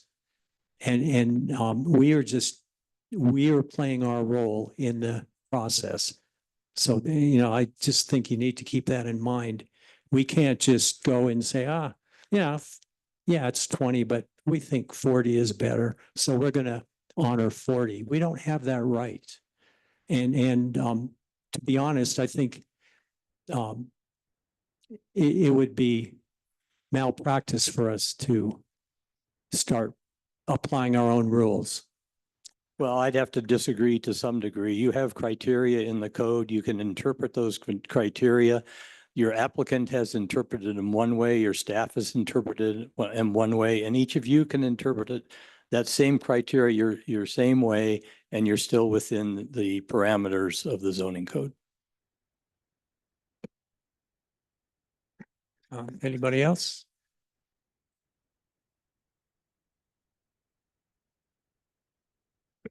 Hello, Megan Day, resident of Manitou, speaking as a private citizen today. I am at 12 Capitol Hill Avenue in Manitou Springs. So I'm speaking as both a planner and a resident, and I'm here to support this proposed variance. And one of the reasons is in many of the planning processes that I've been a participant in or an observer of in Manitou over the last several years, there's a big question before us is, are we planning our infrastructure and our plans for visitors, or are we focusing on residents and the community? And I think this is a real opportunity to focus on the community and building our community and creating more housing to enable more people to live here. We're losing residents as folks age in place and their kids move out of the house. And we're struggling, as is almost every community across the country, with the availability of housing and attainable housing. And this is an excellent opportunity. And I think it meets all of the 4 criteria as described. It would be quite a hardship to further reduce the density from what they have proposed. And it would just make things more expensive to build, instead of ameliorating and amortizing that cost over more units and reducing that rent. So I want to support this project and encourage you to also do so, because it does meet the criteria in my mind, and it will help us plan for our community and not just visitors. And it won't be low-income residents. I hear your concern. These will not be Section 8 housing units necessarily, because they will not be technically subsidized housing. And so it'll be affordable workforce housing, and I hope we can support that in Manitou. Thanks.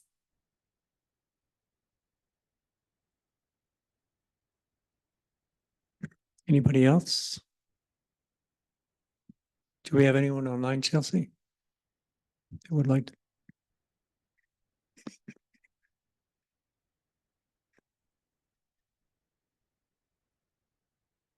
I do not see anyone. Okay. Would anybody else in the audience like to speak before we close?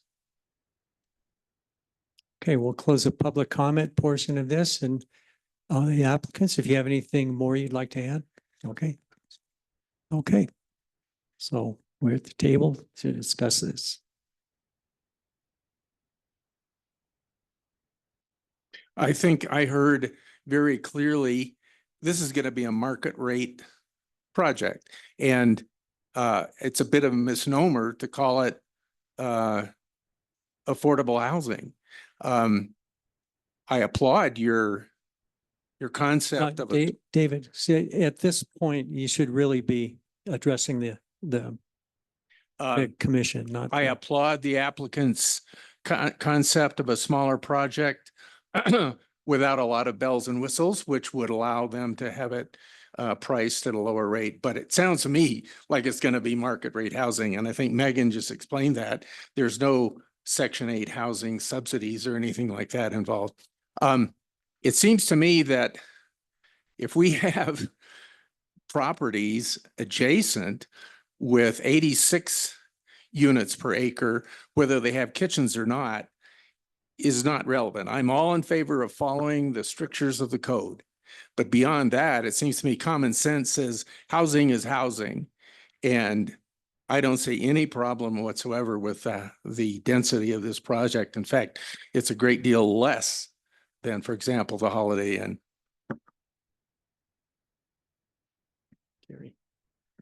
So I support the concept.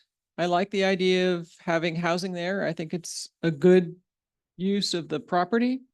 But our code currently doesn't allow it. And when I look at the 4 criteria, I don't think that it meets it. And I don't think a 75% increase in density is something that we have the authority to grant based on the code. The criteria is saying, because we need to do it to make enough money, it doesn't meet it. I mean, it's just unfortunate. We spent all this time redeveloping, redesigning our code, putting it out to the community, getting community buy-in, having community meetings, saying this is what we're going to have for density. And the community said, yeah, okay, everybody bought into that. And for us to say, we're going to sit here on this one day and say for this one property, I don't care how much I like it, that we're going to agree to do a 75% increase of something that we had already put out to the community to approve. I don't think we should do this. I think that we should go back and change the code. If we think that this is the right thing to do, and if that area needs to have a higher density, I think we should change the code through working with our community and working with city council to do that. I don't think that that's something we should decide here. Justin? I would 100% agree with what Commissioner Storm just said. I think this project means a lot, and it surely exceeds the scope of just a variance packet, right? We even heard tonight that, as Commissioner Storm mentioned, that the Committee for the Land Use Development Code update recommended a higher density, yet changed it lower, and the city passed that. That is our code. That's what it's written as, 20 dwelling units per acre. So who are we as a planning commission in our quasi judicial role, not our visionary role? Who are we to almost backdoor say, no, they said that, but we're gonna make it higher because this project feels right. I think that is something that is inappropriate for us to consider tonight, and we should be limited to focusing on the review criteria as outlined in our code, given the evidence we heard tonight as it applies to that. So. And the applicants could apply to, could appeal to the city council, and they could make a higher level decision. That's correct. I disagree with what I just heard, because our job is to look at variances and to look at every applicant on a case-by-case basis. And we're not bound by any precedences. We're not going to set any precedences. That's written in the code, in the DC, sorry. So our job is, the planning commission is to look at applications on a case-by-case basis. The reason why I'm in favor of this variance is that the key to me is that it's not that much more than what was there.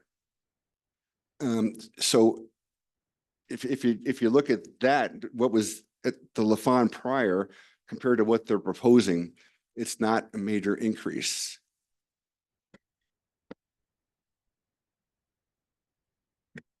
I would just point out that despite the code, there is a variance process, and that's what we're doing here. And we can give a variance if that's what we feel is appropriate. And I don't think that decides any future variance. They are a case by case basis. Okay, just a minute. Let me speak to. First of all, I agree with Carrie and Justin. I do feel like we have to follow our code. I would love to have an apartment complex there, but I would like to follow the code. And it's just I go through these criteria. The applicant would suffer unnecessary hardship, which as a result of the application of the LUDC, which hardship is not generally applicable to other lands or structures in the same zone district. The applicant is invoking a hospitality use across the street. Specifically in our code, we identify residential uses as different from hospitality. If the applicant is not being denied anything, there's no hardship. The applicant has the opportunity to, if they want to mimic the Holiday Inn or the Days Inn, they can do that. That's well within their purview. So I don't see that as any use, any denial of rights that other users have. That's criteria 3.1. I can't get behind that.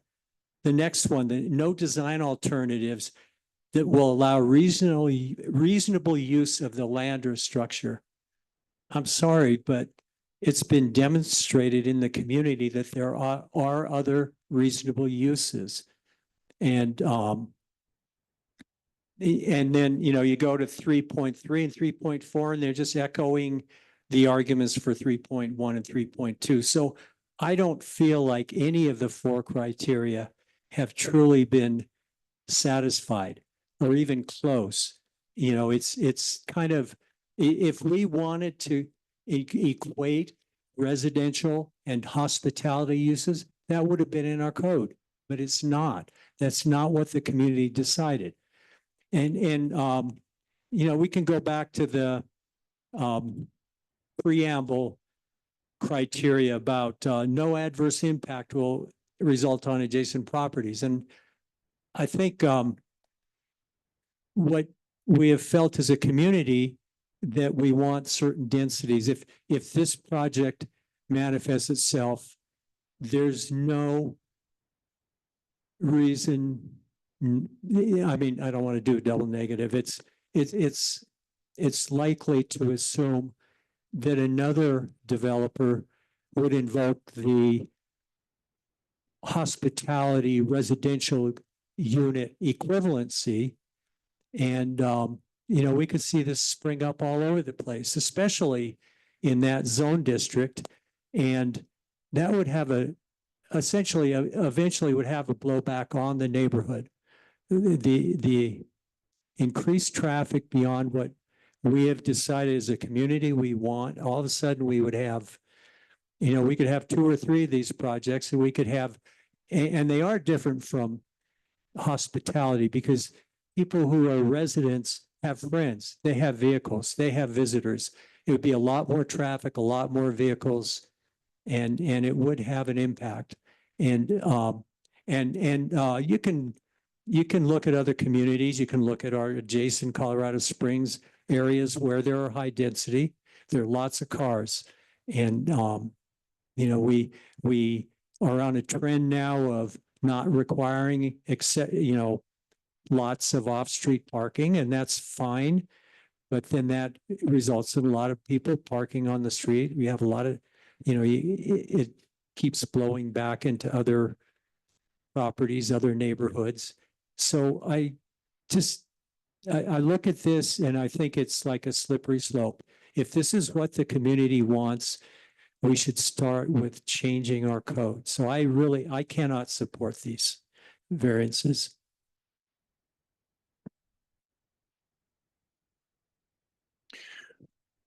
So what I see is that we are shooting ourselves in the foot as a community and will lose a very desirable project because we did a poor job of writing the code. And I think what will happen is that city council will look at this and they'll say, well, planning commission didn't abdicated their responsibility to do what was best for the community. And so we will step up in our visionary role. And of course, they have a great deal more leeway than we do, and they'll approve the project. At least that'd be my hope. I agree with your statement, and maybe you would like to suggest a motion?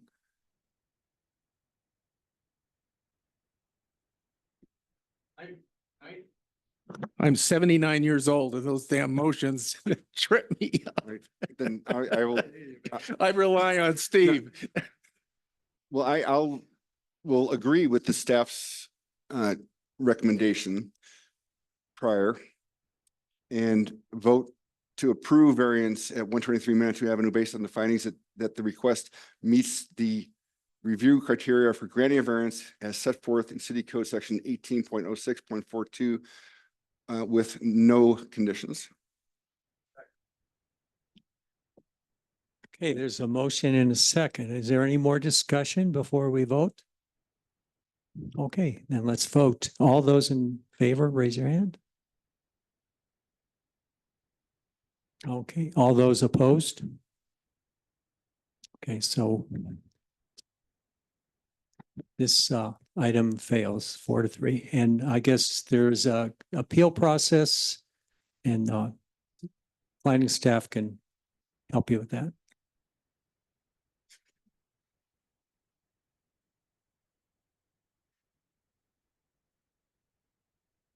So we'll move on to the next item.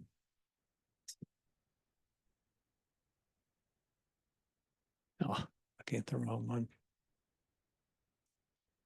Okay, next item is proposed amendment to the Manitou Springs Municipal Code by the addition of a new section 1804.25 entitled Natural Medicine Businesses.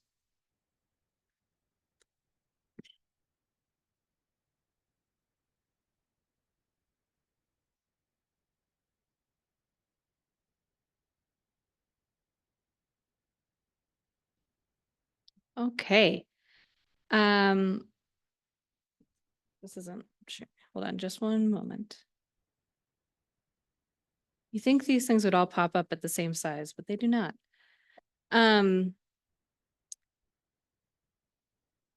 So, Colorado Natural Medicine. We have a bit of a backstory here.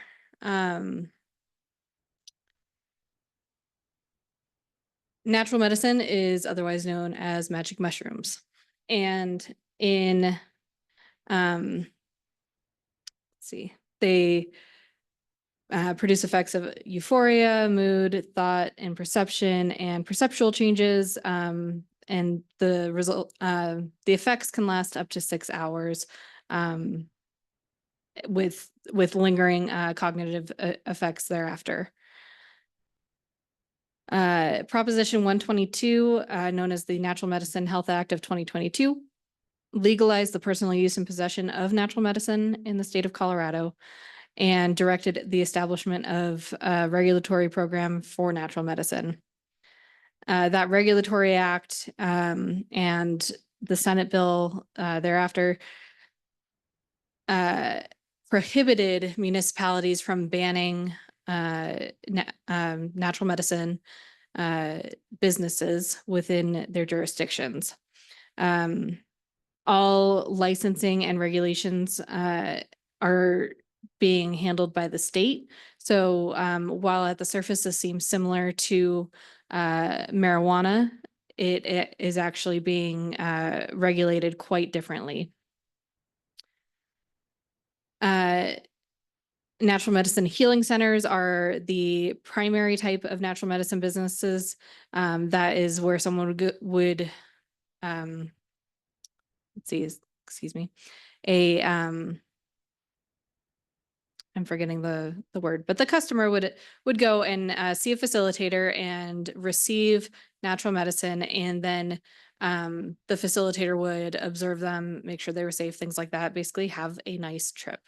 And then the customers would be required to stay there for the duration of the effects and would not be able to operate a machinery.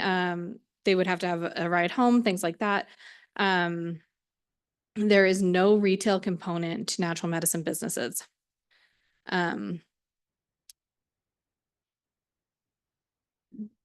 The regulation, thank you, Elliot. Sorry, I don't know if you're, oh, I'm just stretching my legs. I'm sorry. sorry. The regulations say that local jurisdictions, again, may not prohibit the establishments within its boundaries, but they may enact ordinances with which govern the time, place, and manner of the operations. So there is a timeline on all this. If a jurisdiction chooses to regulate these on top, these businesses on top of what the state is regulating, then they must enact that by the end of the year, essentially. Otherwise, businesses could apply and kind of be in a gray area where they are grandfathered in before it even happens. That all being said, the City Council of the City of Manitou Springs directed staff to draft regulations which govern the time, place, and manner. However, after that initial proposal, it was determined that these guidelines should, instead of being in the business licensing section of code, should be in the land use section of code. And so I've put you all in the very awkward position of City Council having heard this before you did, and I apologize for that. But myself and the city clerk reviewed peer communities and what they were recommending. We did consider a conditional use permit approach. However, we looked at all these different types of regulations that could be implemented, buffers from other types of land uses, hours of operation, what closing time actually means, numeric limits, use by right, zoning, things like that. And what City Council directed staff and heard on the first reading of this ordinance is that natural medicine businesses shall be buffered, essentially, have distance restrictions from schools, childcare, substance rehabilitation, and I'm forgetting the fourth type, a similar land use of 1,000 feet. They are recommending citywide commercial zone that is commercial zoning only, that does not include downtown or mixed use commercial. They're recommending 7 days per week, hours of operation of 8 a.m. through 8 p.m. With the definition of closing time that all services must be concluded by closing time, so that no participant, that was the word I was looking for earlier, is required to remain past the hours of operation. So essentially there's like a lights out approach where 8 o'clock, everyone's services must be complete. City Council is also recommending the numeric limitations. So they are looking for a maximum of 4 healing centers in town and a minimum of 1 of each of the other types of licensed facilities. And that includes grows, testing, and manufacturing facilities. They are also recommending use by right, which is an administrative approval subject to use standards and the standards outlined by this ordinance that I'm explaining to you now. So all of these buffers and whatnot come together to look like this. All of these parcels in red are commercially zoned and outside of the school buffers. We explored other alternatives, other combinations of these types of buffers to, before they decided on that one. It would equate to approximately 88 possible parcels. That does not account for ownership or land use changes. Like City of Manitou Springs cannot be the owner of the property that these operate on. Things like that, that don't show up well on a map. We do have amendment criteria for land use amendments. Number one, the amendment is not likely to result in significant adverse impacts upon the natural environment. Number two, the amendment is necessary for or supportive of the protection of health, safety, and welfare of the community. Number three, the amendment is consistent with the comprehensive plan. Number four, the amendment is consistent with any prior approvals, official plans, or policies that apply. And number five, the amendment will not significantly increase nonconformities. It is staff's assessment that these criteria are met. The state of Colorado has mandated that the natural medicine businesses will be allowed statewide, and the city cannot create any unreasonable restrictions that would equate to a de facto ban or anything like that. The legislation is very, very clear on that point.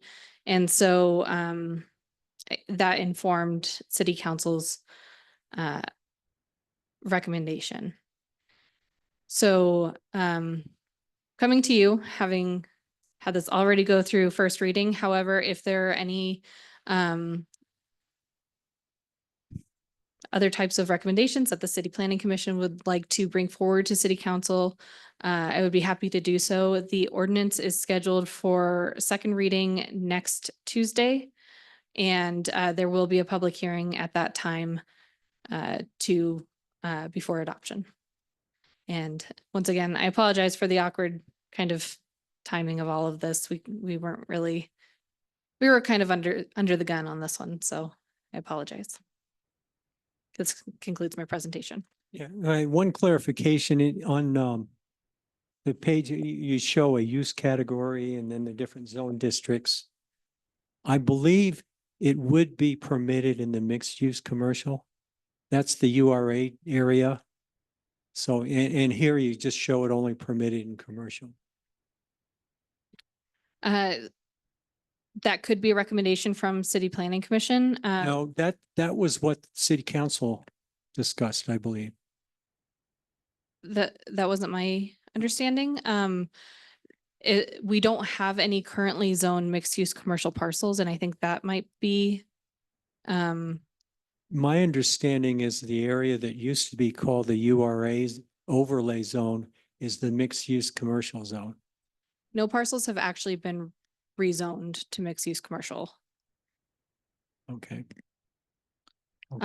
But I would agree that it would be compatible in the mixed use commercial. However, that wasn't the direction that I received from council. Okay, I guess that's something we'll just have to clarify when we came up with our zoning districts. Because, you know, I was on that committee and clearly we agreed that that area, which, you know, is the eastern boundary to the overpass to El Paso Boulevard to 24 would be the mixed use commercial district. So that, sorry. I mean, that may have gotten changed in the translation, but I don't believe so. My understanding is that as part of the future land use map, that is the intended zone. However, it wasn't, the city never undertook like a mass rezoning of commercial parcels in that area of town to change it to mixed use. So while that zoning is supported, it actually hasn't been implemented. okay. I would just recommend then as part of our recommendation to council is that they include mixed use commercial. But other.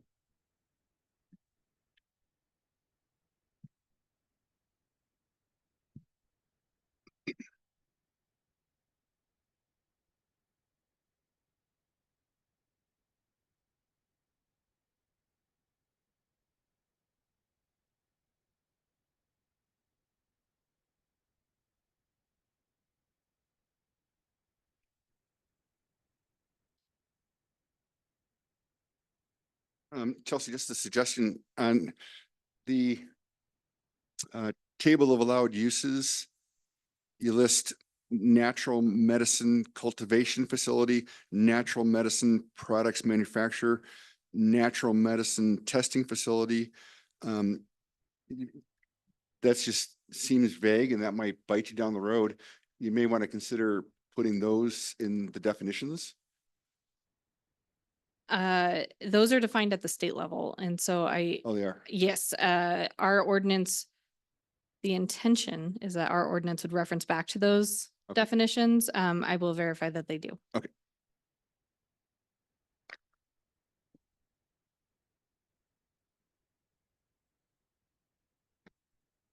So I can provide some legal clarity for that point if you'd like. The Colorado Natural Medicine Code is codified in Title 30, or excuse me, 44.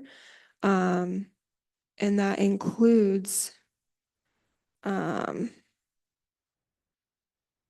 just had it. It includes several definitions that are referenced in the ordinance. So without checking each one that you just named, I would assume that all of those are defined within Title 44.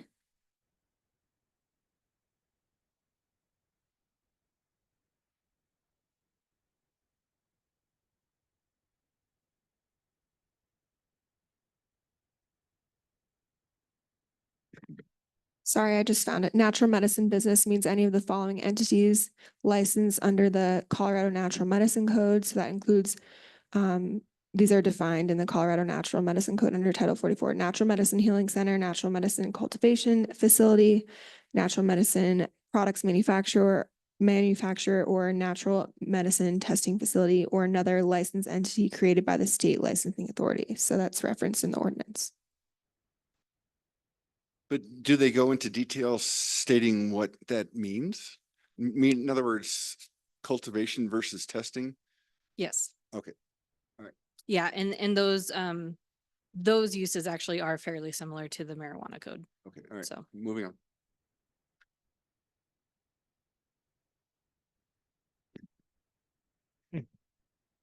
Any other questions or comments or? So we need to recommend something to council.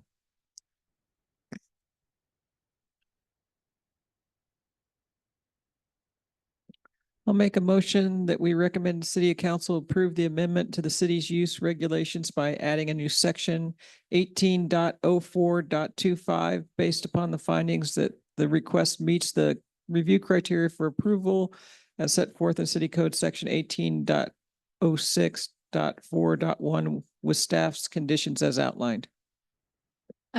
did you want to add in the mixed use commercial? With the addition of ensuring that mixed use commercial is reviewed as part of the area allowed. Thank you. I'll second that. Any discussion? Okay, if not, then all those in favor, let's vote. Okay, so moving on to council again. Thank you.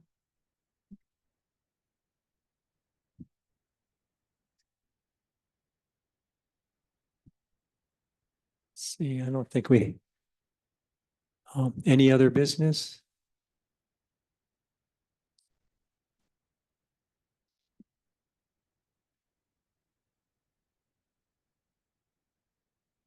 I don't think I had anything. Did you have any notice of council action or anything? I have just a quick update on Plan Manitou is all. So staff is currently reviewing the first rough draft that we received from our consultants. And it's not just planning staff, but departmental staff is reviewing it and reviewing the strategic, what we're calling the strategic priorities that are being prioritized, and that affects that affects all departments in the city.